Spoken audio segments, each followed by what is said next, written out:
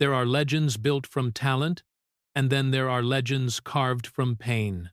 Jason Statham belongs to the second kind. At 58, the world sees an unbreakable action hero, a man who jumps through fire and walks out of explosions as if fate itself fears him. But behind that steel, behind the roar of engines and the smash of shattered glass, lives a truth far more haunting than any scene he has ever filmed. Before the fame, before the billion-dollar box office, there was a boy standing in the freezing wind of Shirebrook, watching his parents count coins by the dim light of a flickering bulb. Hunger was his first teacher. Silence was his first audience. And survival was the only role life ever offered him. No one knew then that this quiet, sharp-eyed boy would one day become the last real warrior of modern action cinema. No one knew that each dive he took, each punch he learned, each bruise he carried, but destiny never opens its doors without demanding a toll. And Jason Statham has paid every price. This is not just the story of an actor. This is the journey of a man who rose from the cold streets with nothing but grit, scars, and an iron will. A man who came close to breaking more than once, yet kept moving, because stopping meant losing everything. Jason Statham entered the world on July 26, 1967, in a place where dreams froze before they could grow. Shirebrook, a mining town coated in coal dust and long winters, where the smell of smoke clung to your clothes, and hope felt like something only other families could afford. His mother Eileen was a dancer, whose applause faded faster than the echoes in an empty theater. His father Barry worked every job a man could take: miner at dawn, painter at noon, street seller at dusk, and a pub singer when the night grew loud enough to hide exhaustion. Their little house was always filled with quiet worry. The single kitchen bulb flickered, while his parents counted coins, promising each other that tomorrow would somehow stretch a bit farther. Jason grew up watching survival, dressed as routine. He followed his father through the chilly markets of Great Yarmouth, selling cheap jewelry and perfume that few people wanted, but he still had to smile for. He learned early that childhood was a luxury. "You earn your place in this world," his father would say, without saying it. "You do not wait for it." His older brother Lee chased footballs. Jason chased motion.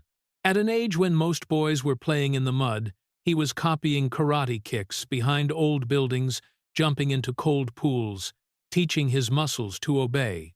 Long before he understood why it mattered.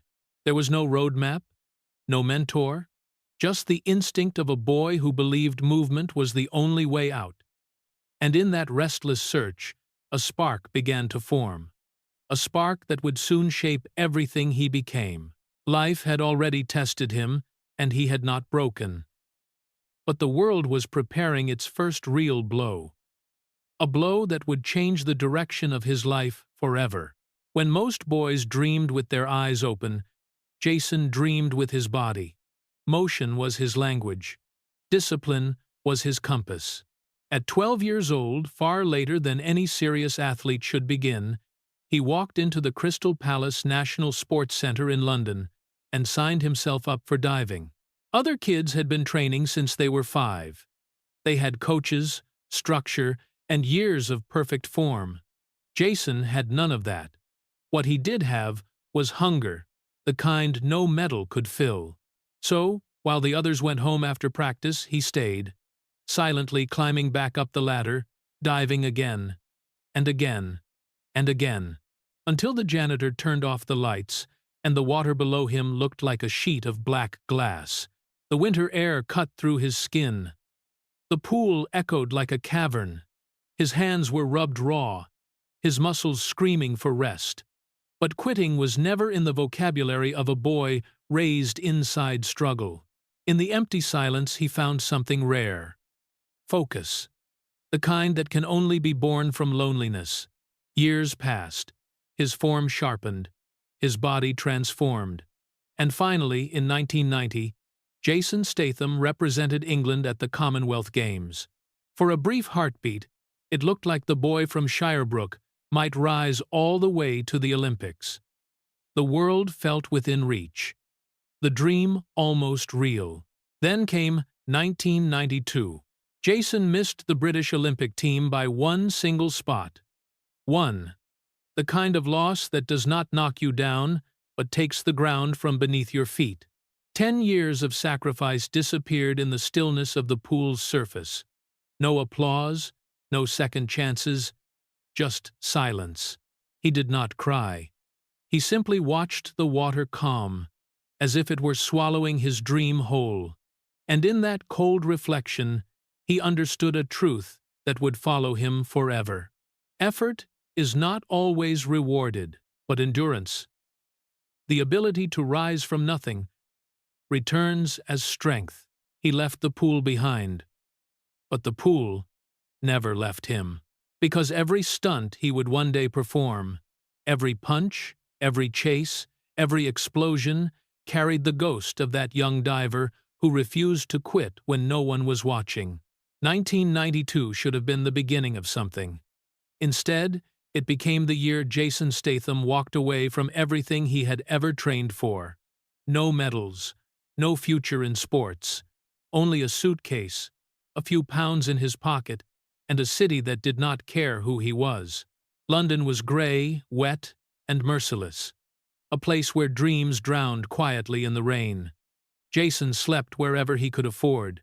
Tiny rooms with broken radiators, apartments that smelled of mold and cold metal. Some nights, he woke to see his own breath hanging in the air. He wrapped himself tighter in an old coat and whispered the same prayer he had whispered as a child. Just one more day.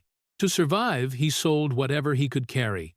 Cheap perfume, fake watches, trinkets that sparkled under streetlights but meant nothing in a city that never stopped moving. Most people walked past him without a glance.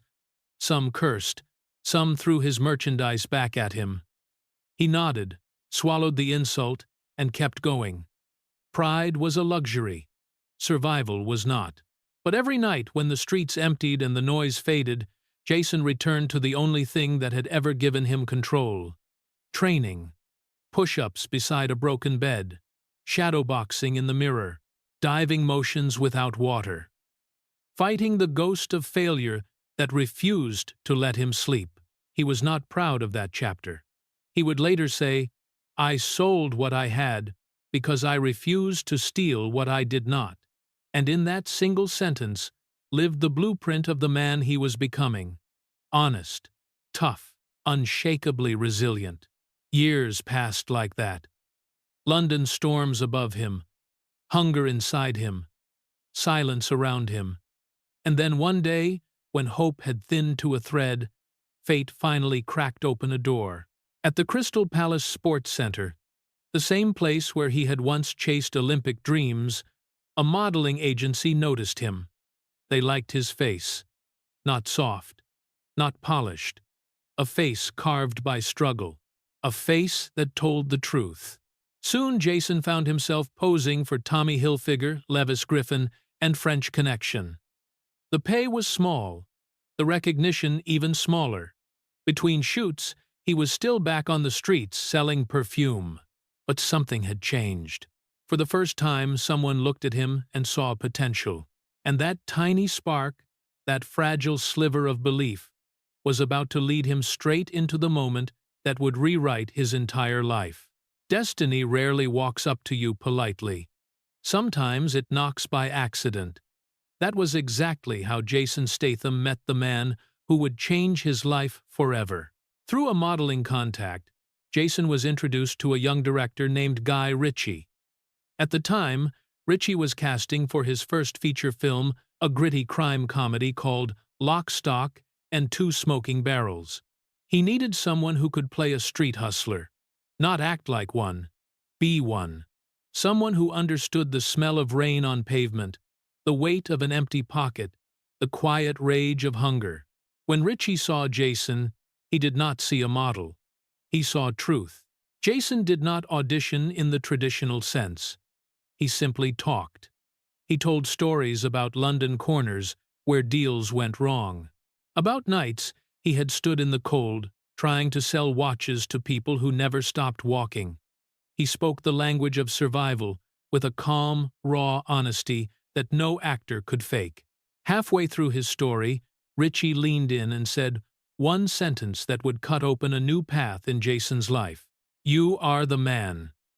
You do not have to act. You lived it." The role paid $5,000. But that small paycheck became the key to a new world. When Lock, Stock, and Two Smoking Barrels hit theaters in 1998, Jason Statham was no longer a hustler selling perfume on the streets. He was a new force in British cinema. Audiences saw something different in him. A man who did not pretend to be tough. He simply was. 2 years later came Snatch, where he starred alongside Brad Pitt. Jason was no longer the unknown newcomer. He was the heartbeat of a new wave of action. Confident, sharp, magnetic. Hollywood started to take notice. Then, in 2002, everything changed. The transporter arrived like a thunderclap. Jason trained in Wing Chun, kickboxing, and Krav Maga. He refused a stunt double. Every punch, every fall, every explosion was real, and audiences felt it. For the first time, global cinema had a hero who did not hide behind effects or wires. Jason Statham became a phenomenon. But success is never free.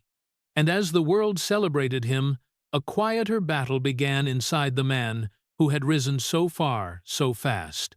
Because fame brings light, but it also brings shadows. Fame arrived like a storm, loud, bright, unavoidable. But beneath all that light, Jason Statham discovered something he never expected. The higher you rise, the quieter the world becomes. In the early years of his career, before red carpets and private jets, there was Kelly.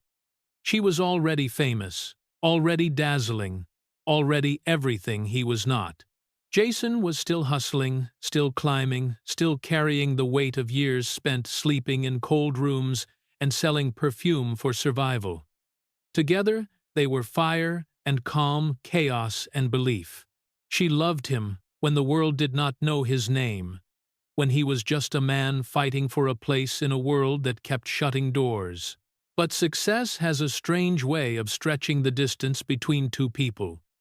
As Jason began traveling for films, Kelly's life moved faster in a completely different direction. He chased stunts and bruises. She chased cameras and glamour. Calls grew shorter. Smiles thinned. Silence settled in the space where love had lived. And then the headlines came.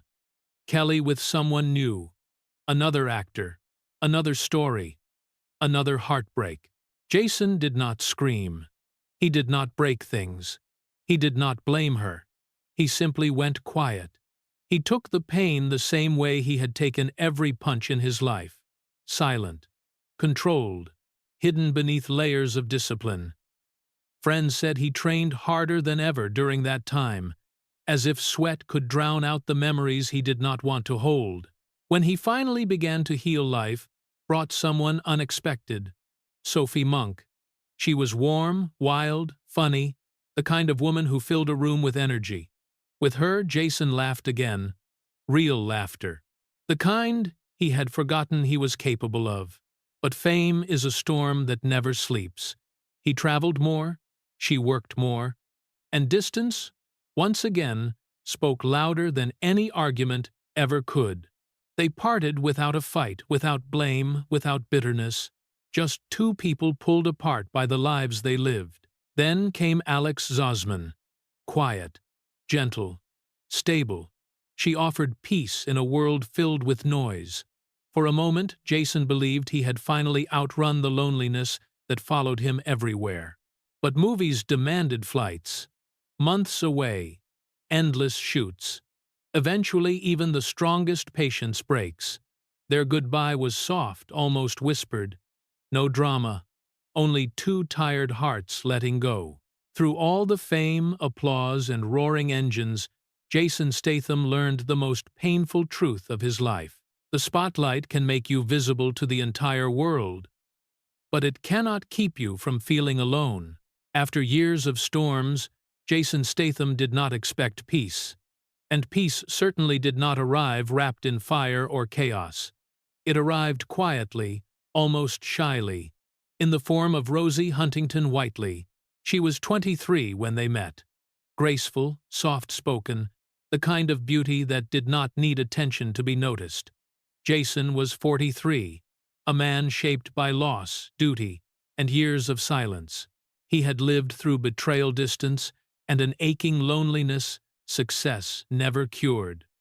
Rosie walked into his life without fear, without expectations, without trying to change the man he was. One evening over wine, she teased him gently. "You do not talk much, do you?" He smiled, a small, careful smile. "I have said enough in bruises." And something shifted. Their love did not explode. It unfolded. Slow, grounded, certain. They cooked simple meals together, took walks in the rain, hid from paparazzi in quiet corners of London. In those small moments, Jason found something he had never allowed himself to believe he deserved: stillness. With Rosie, the world no longer felt like a battlefield. It felt like home. By 2016, after 6 years together, they stood under a Malibu sunset and got engaged. No spectacle, no diamonds screaming for attention, just a quiet promise built from patience, healing, and trust. A year later, their son Jack Oscar was born. Jason, the man who once jumped from burning cars and dove through glass, found himself undone by the tiny fingers wrapped around his own. He whispered to Rosie one night, while watching Jack sleep, "This is the only fight. I never want to win." But fatherhood came with its own heartbreak. Movie sets demanded travel. Weeks away, months away. He missed first steps, first words, first birthdays. Rosie never complained. She left handwritten notes in his suitcase. "Come home soon. We love you." Then in 2022, their daughter Isabella James arrived, giving Jason a second chance at the moments he had once lost. Now, at 58, he protects his family with a fierce tenderness. Their mornings are filled with pancakes and laughter, evenings filled with warmth, not noise. He no longer chases Hollywood. He chooses home, but fate, as always, was not finished with him. Because even in his happiest years, shadows waited at the edge of the frame. Action movies look loud on screen. Explosions, flames, roaring engines. But the tragedies behind them arrive in silence. Jason Statham learned this truth in the most brutal ways possible. It began in 2011 on the set of The Expendables 2 in Bulgaria. The day was bright, calm, almost peaceful. Jason was rehearsing a chase scene near a quiet lake. Beside him stood Kun Liu, a 26-year-old stuntman from China, full of energy, full of dreams. He told Jason that morning, "One day, I will be where you are." Jason laughed, clapped him on the shoulder and said, "Stay hungry, mate. Never lose that fire." Moments later, that fire turned into tragedy. An explosion detonated seconds too early. The blast ripped through the set, shattering the air. People screamed, smoke swallowed the sky. Jason ran toward the wreckage, calling Kun's name, but found only chaos, debris, the heavy stillness of disaster. Kun Liu did not survive. Jason did not talk about it publicly. He did not want his colleague's death to become a headline drowned in movie promotion. But something inside him fractured. He trained harder, but spoke less. Before every stunt afterward, before every take, he closed his eyes for a moment of silence. Not a prayer, a tribute. But fate was not done with him. In late 2013, while filming Fast and Furious 7, Jason found himself welcomed into a brotherhood he had never known. At the center of that brotherhood stood Paul Walker, warm, gentle, kind in a way Hollywood rarely allows men to be. Paul embraced Jason instantly. "You are one of us now, mate." It was not a greeting. It was a home. They bonded over cars, family, and the strange loneliness of fame. Paul talked often about his charity work, Reach Out Worldwide, and his dream of taking his daughter Meadow on missions one day. "You do what you love, but you live for what you give," he told Jason once, under the glow of set lights. Then came November 30th. Paul Walker was gone. A speeding Porsche. A split second. A crash so violent the world froze. Jason arrived quietly at the memorial, standing at the edge of the crowd, head lowered. No cameras, no statements, only grief. Later he said, "When Paul died, the world lost a star. But for us, it felt like the ground disappeared beneath our feet." Filming continued, but nothing felt the same. Every engine roar carried a ghost. Every smile felt heavier. Jason once said, "You do not move on from a man like Paul. You carry his light." And from that moment, Jason Statham's relationship with danger changed forever.